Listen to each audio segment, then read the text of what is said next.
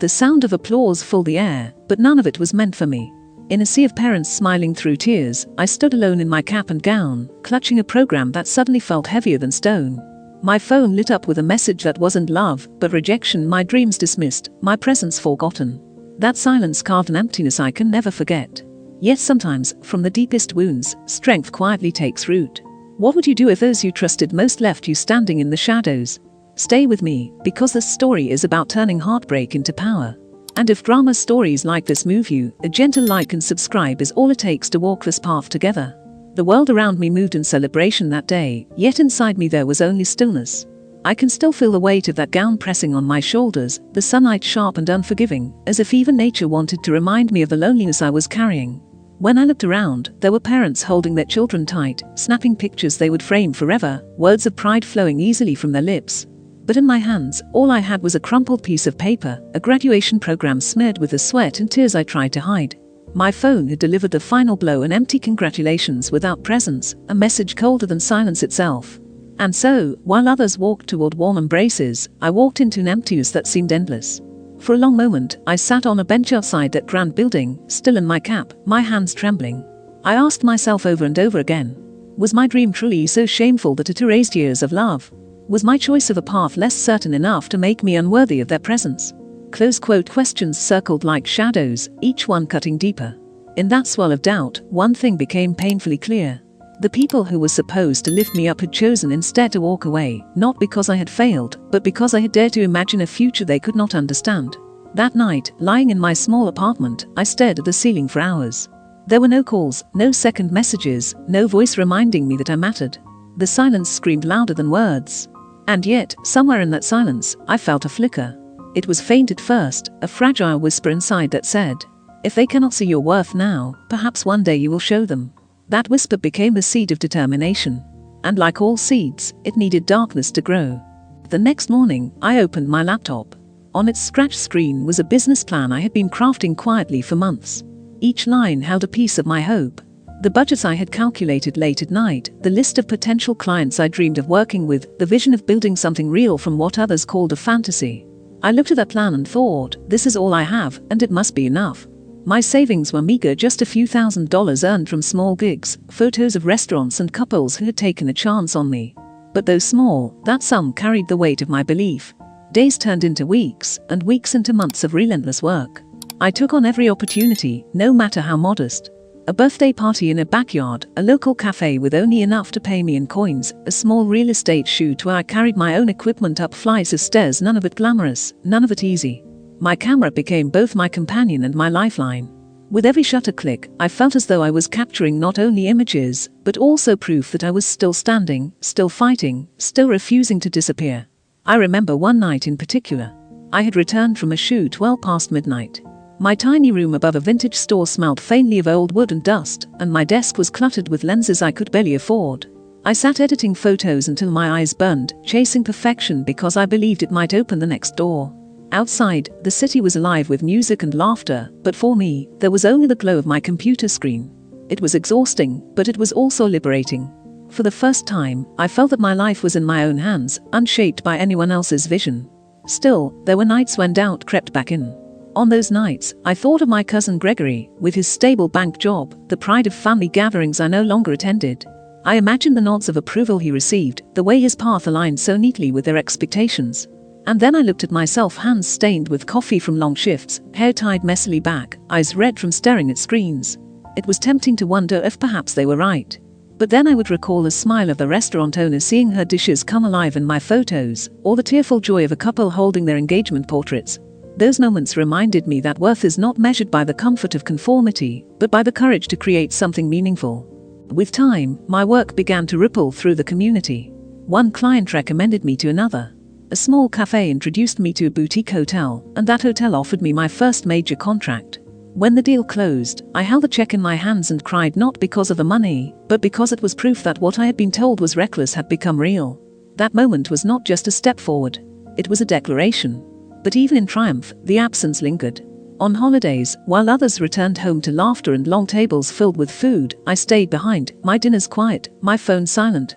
Success tasted different without the voices I had once longed to hear. And yet, perhaps it was in that silence that I learned the truest lesson of all.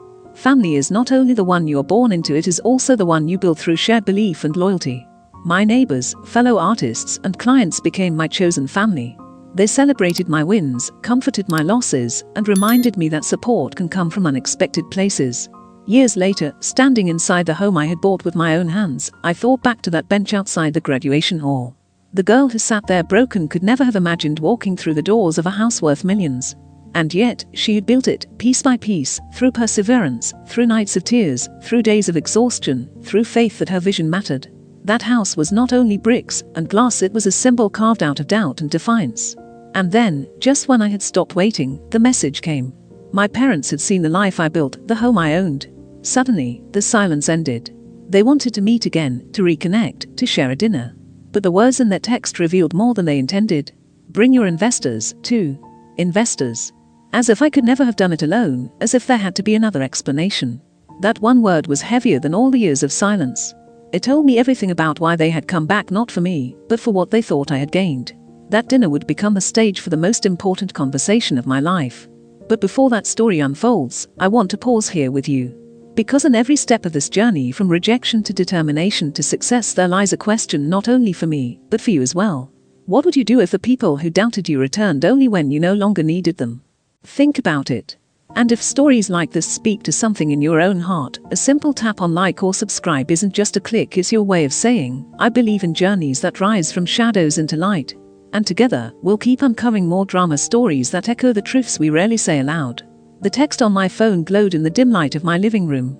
Anne, your mother and I saw your new home. It's beautiful. We'd love to reconnect. Maybe we could meet for dinner. Bring your investors, too. I must have read those words a dozen times.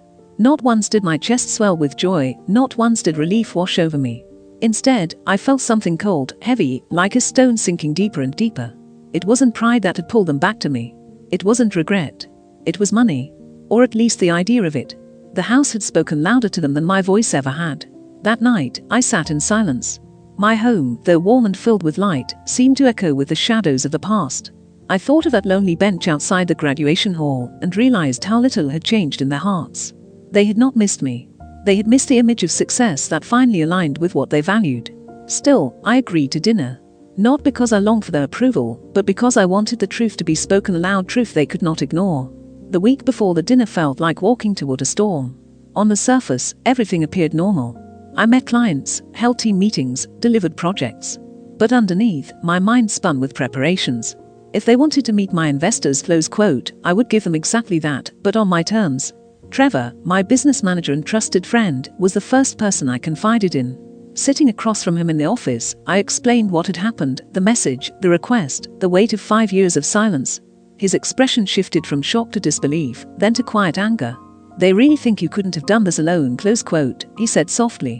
They need another story to explain my success, close quote, I answered. And I'm going to let them hear the real one, no matter how much it hurts.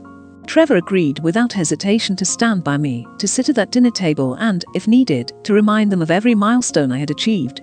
With his background in finance and his years of watching me build this business brick by brick, he was the perfect ally. But I wanted more than facts and numbers. I wanted them to feel the weight of their choices. So I called Jordan, the owner of Juniper, the elegant restaurant where the dinner would take place. She had been both a client and a friend, someone who had witnessed my growth from uncertain beginnings to confident strides. Over coffee, I told her what I was planning.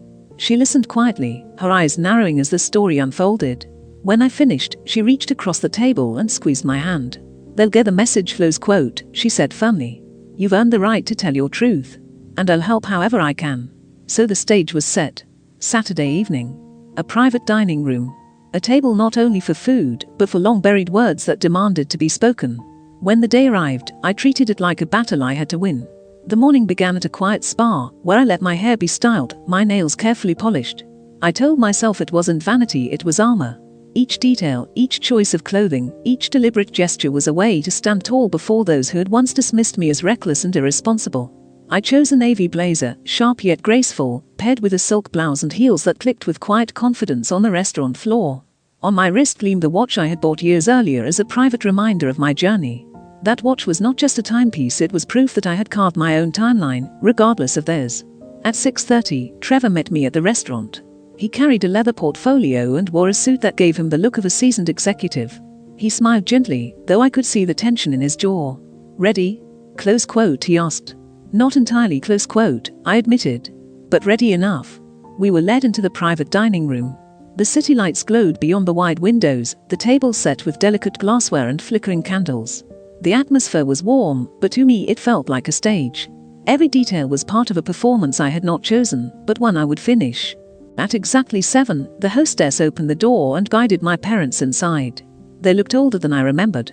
My father's hair was streaked with grey, my mother's eyes lined with fatigue. And yet, their smiles seemed rehearsed, their words polished. "Anne, sweetheart," close quote, my mother said, her arms outstretched. "Look at you." I allowed the hug, though my body remained stiff. My father followed with a handshake that turned into an awkward embrace. "You look so professional," close quote, he said, his tone carrying pride that felt strangely hollow. "This is Trevor," close quote, I replied. "My business partner." The word hung between us, deliberate, and I watched the flicker of recognition cross my father's face. "So, you did bring your investor," close quote, he said. Trevor smiled warmly, perfectly playing his role. "Actually, I joined 3 years after Anne had already built the foundation. She did the heavy lifting. I just helped with operations." My parents nodded, pretending to understand, but I could see the calculation in their eyes. To them, every word was currency, every glance a balance sheet. As menus were placed before us, I studied them silently. They ordered the most expensive dishes, even a bottle of wine that cost more than I had once spent on a month of groceries. It was clear they were more impressed with the room than with the person who had earned it. Inside, my heart ached. But on the outside, I remained composed. This dinner wasn't just about food, it was about memory, accountability, and the truth of 5 long years. At this point in the story, I want to pause with you, the one listening. Because while my parents prepared their smiles, I was preparing something else. The courage to say aloud everything I had swallowed in silence. If you were in my place, walking into that dinner after 5 years of being ignored, what would you say first? Years of being ignored, what would you say first? Years of being ignored, what would you say first? Years of being ignored, what would you say first? It's a question I still ask myself even now. And if these drama stories speak to something within you, consider staying with us. A quiet like, a gentle subscribe, those small actions are more than numbers. They're reminders that stories like this matter, that voices once silenced can still find echoes. Together, we'll keep bringing them to light. The days after the dinner did not end in silence as I once imagined. Instead, my phone lit up with messages that carried an old rhythm: accusation, followed by pleading, blame tied tightly with guilt. The first text arrived the next morning. "We try to meet you halfway, Anne. Why do you insist on painting us as villains?" Close quote. My father's words were sharp, written as if truth could be bent by tone. Hours later, another message. "Family is supposed to forgive. We raised you, we gave you everything. And now you turn cold when we need you." Each word felt less like connection and more like a chain, tugging me back toward the role I once held, the daughter, forever justifying her existence. I scrolled through them late at night, sitting in my kitchen where the refrigerator hummed steadily, the only sound steady enough to hold. By the 3rd day, my mother's voice filled the screen. "We only pushed you because we cared. You're misunderstanding. You're ungrateful." That last word pressed like a bruise. Ungrateful. A word designed to erase labor, to reduce years of endurance into a single accusation. I could have answered. I could have written long paragraphs reminding them of empty seats at graduations, of calls never made, of silence chosen. But I didn't. I remembered what clarity had felt like the night of the dinner. Silence, this time, would not belong to them. It would belong to me. Still, the heart is not a machine.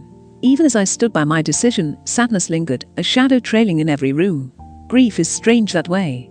It does not vanish when truth is spoken. It bends into new shapes, appearing when you pour coffee in the morning or fold laundry at dusk. One evening, as I edited a set of portraits, my phone rang. The name glowing on the screen startled me. Gregory. My cousin, the golden child, the one whose career in banking had been held up like a mirror against which my choices were dismissed. I hesitated before answering. "Anne," close quote, he said, voice calm, steady. "I heard about the dinner." "You did?" Close quote. "They called me. Wanted me to convince you to reconsider, to be softer. But I couldn't. Not this time." His pause stretched before he continued. "I told them I admired you. That what you built was more courageous than anything I've ever done. They didn't like hearing it, but it needed to be said. I felt something shift inside me.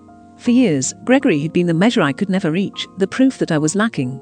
Now, his words landed like an unexpected bridge. Perhaps he, too, had been trapped in roles written by others. We spoke for nearly an hour. He told me about his job, about how stability came at the cost of passion.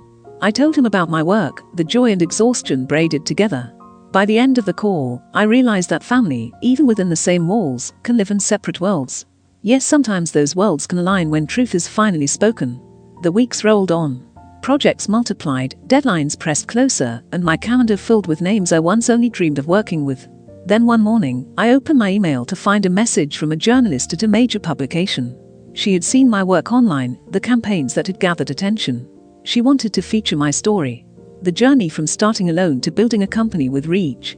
When the article was published, I stared at the headline for a long while.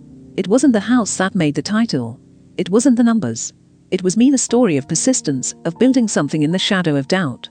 The photographs alongside the words showed me holding a camera, smiling not with triumph, but with quiet certainty. Messages poured in after that.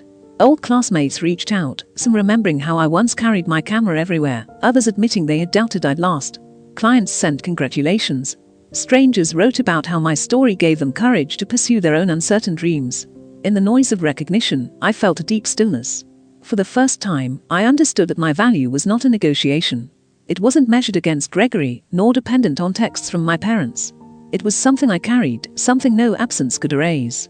And yet, sometimes at night, when the world softened, I thought about them.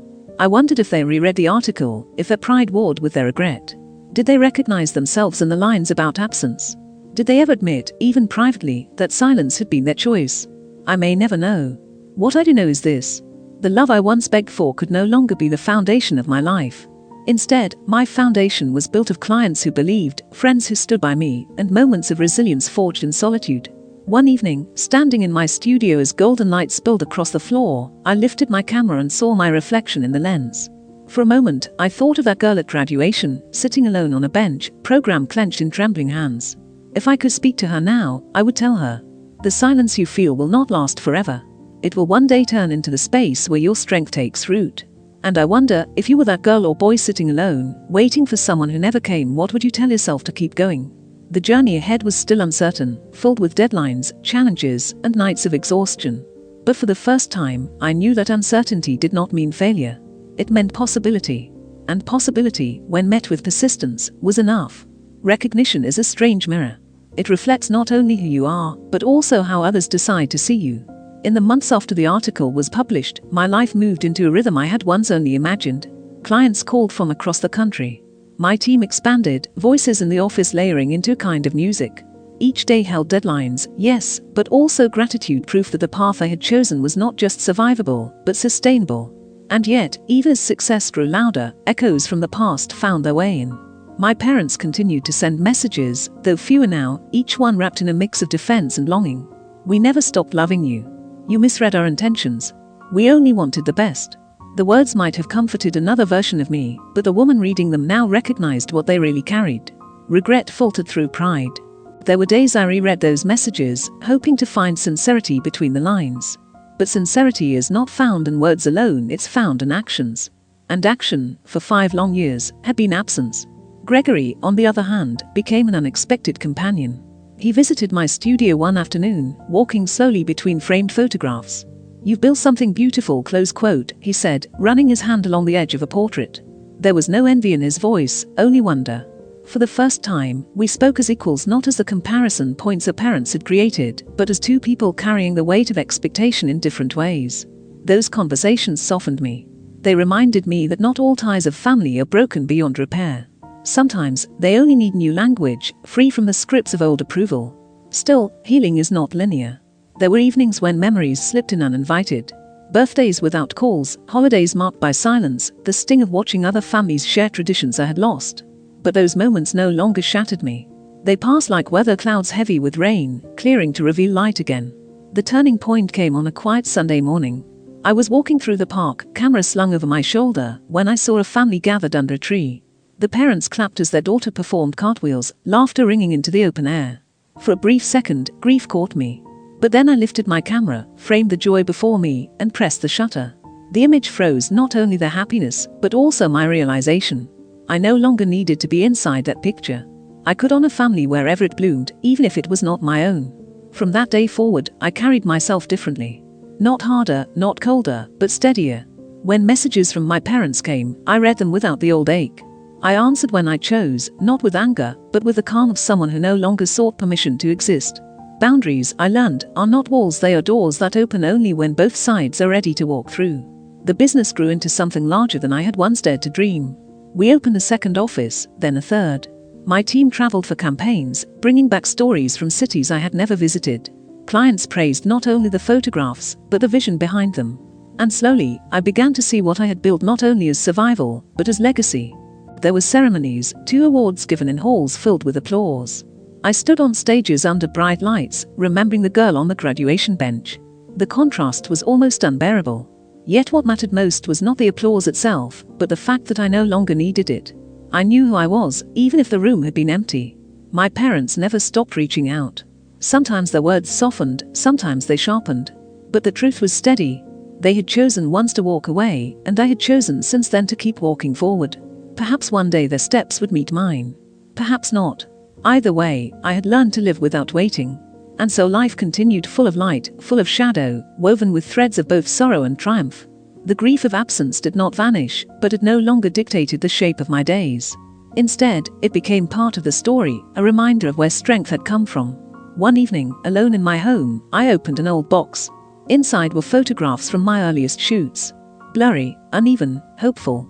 I held them carefully, as though they were fragile artifacts. In those imperfect frames, I saw not failure but faith. A young woman, unseen and underestimated, had dared to believe anyway. And because she believed, I now stood here. I thought again of that girl on the bench, the one who wondered if her dream was shameful. If she sat before me now, I would not tell her everything turned out perfectly. I would tell her something better. That even in the absence of applause, she would grow strong enough to clap for herself.